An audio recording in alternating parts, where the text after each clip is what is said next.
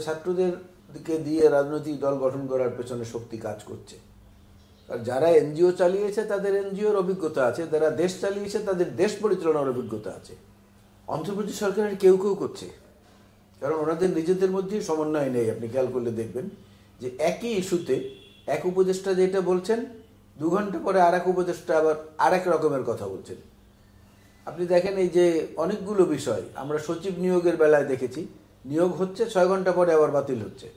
আমরা বাংলা একাডেমির পুরস্কারের ব্যাপারে দেখলাম, ঘোষণা হয়ে গেছে, পরবর্তী 12 ঘন্টার মধ্যে আবার সেটাকে স্থগিত করা হয়েছে। এরকম অনেক সিদ্ধান্ত তারা দিয়ে আবার সেখান থেকে থুক্কু বলে ফেরত এসেছেন। অর্থাৎ সমন্বয়হীনতা নিজেদের মধ্যে কাজ করছে। এই সমন্বয়হীনতা কাজ করার কারণে তাদের মধ্যে কেউ কেউ চাচ্ছেন যে আরও কিছু সময় থেকে আমরা এগুলোকে রিপেয়ার করার চেষ্টা করি, কিন্তু এটা তো চেষ্টা বা পরীক্ষা নিরীক্ষার ব্যাপার না। আর যারা এনজিও চালিয়েছে তাদের এনজিওর অভিজ্ঞতা আছে, যারা দেশ চালিয়েছে তাদের দেশ পরিচালনার অভিজ্ঞতা আছে। সেই দেশ পরিচালনার অভিজ্ঞতা যাদের আছে এবং জনগণ কর্তৃক পছন্দনীয়, তাদের হাতে ক্ষমতা প্রত্যর্পণ করলে সেইটা হবে সবচেয়ে গুরুত্বপূর্ণ কাজ ওনাদের জন্য। তারা সফলতা যতটুকু দেখিয়েছে তার মধ্যে উল্লেখযোগ্য হলো যে তারা কয়েকটি সংস্কার কমিশন গঠন করেছে।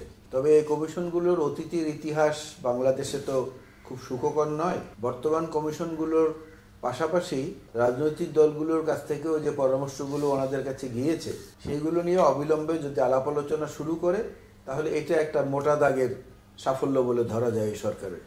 কারণ অনাচার, অত্যাচার, তারপরে আপনার দুঃশাসনে তো বাংলাদেশ অতিষ্ঠ হয়ে গিয়েছিল। প্রতিষ্ঠানগুলোকে একেবারে অকেজো করে দেওয়া হয়েছিল। সুতরাং প্রাতিষ্ঠানিক সংস্কারগুলো খুব বেশি জরুরি হয়ে দাঁড়িয়েছে। সেই কাজটাকে গুরুত্ব দিচ্ছেন বলে তারা মনে করি, এটা তাদের একটা সফলতা।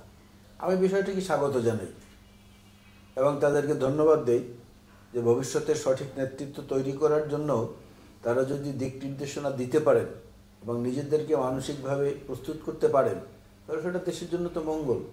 কারণ একটা সময় তো বয়স্করা পৃথিবী থেকে চলে যাবে অথবা অকেজো হয়ে যাবে, কর্মক্ষম থাকবে না, তখন তাদেরকেই তো নেতৃত্বটা দিতে হবে। কিন্তু সে দল করতে গিয়ে তারা যেন সরকারি সহায়তা বা সরকারি পৃষ্ঠপোষকতা না নেন, এটা তাদের প্রতি অনুরোধ থাকলো এবং উপদেশও থাকলো একই সঙ্গে। না, আমি কোনো শঙ্কাই করছি না, আমি তাদেরকে স্বাগত জানাচ্ছি। আর কেউ যদি যায় সেটা তার নিজের ব্যাপার। বিএনপি তো একটা বিশাল সমুদ্রের মতো, একটা বিশাল বৃক্ষের মতো, যে গাছে অজস্র ফল ধরে আছে। ঢিল মেরে কয়টা ফল আর পাড়তে পারবে, নিচে ফেলতে পারবে? বা সমুদ্র থেকে কয়েক হাজার বালতি তুলে নিলেই বা সমুদ্রের কি ক্ষতি হবে? সুতরাং বিএনপি তো যদি সেখানে যদি কেউ যায়ও, ধরেই নিলাম আপনার কথা অনুযায়ী কাল্পনিক, তাতে ওটা নিয়ে সংখ্যা প্রকাশ করার মতো তেমন কোনো উদ্বেগ আমাদের মধ্যে নেই। সন্দেহ শব্দটা আমি ব্যবহার করতে রাজি নই। তবে ছাত্রদেরকে দিয়ে রাজনৈতিক দল গঠন করার পেছনে শক্তি কাজ করছে। কারণ সারা পৃথিবীর ইতিহাস যদি আপনি দেখেন, যারা জাতীয়তাবাদী রাজনীতির ধারক এবং বাহক, তাদের প্রকৃত অর্থে দেশে এবং দেশের বাইরে কোনো বন্ধু থাকে না। এই ক্ষেত্রে আপনি ফিডেল ক্যাস্ট্রোর কথা ধরতে পারেন, এই ক্ষেত্রে আপনি মাহাথির মোহাম্মদকে ধরতে পারেন উদাহরণ হিসেবে, এই ক্ষেত্রে আপনি শহীদ জিয়াউর রহমানকে ধরতে পারেন, যারা সঠিক জাতীয়তাবাদের উপরে ভিত্তি করে দেশকে সামনে এগিয়ে নিয়ে যাওয়ার চেষ্টা করেছেন।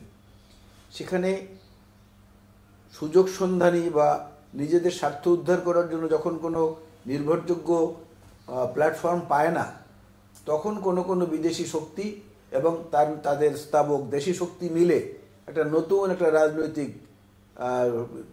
প্ল্যাটফর্ম বা একটা দলের বিকাশ ঘটাতে চান। সেরকম কিছু এখানে হচ্ছে বলে আমাদের কাছে মনে হচ্ছে।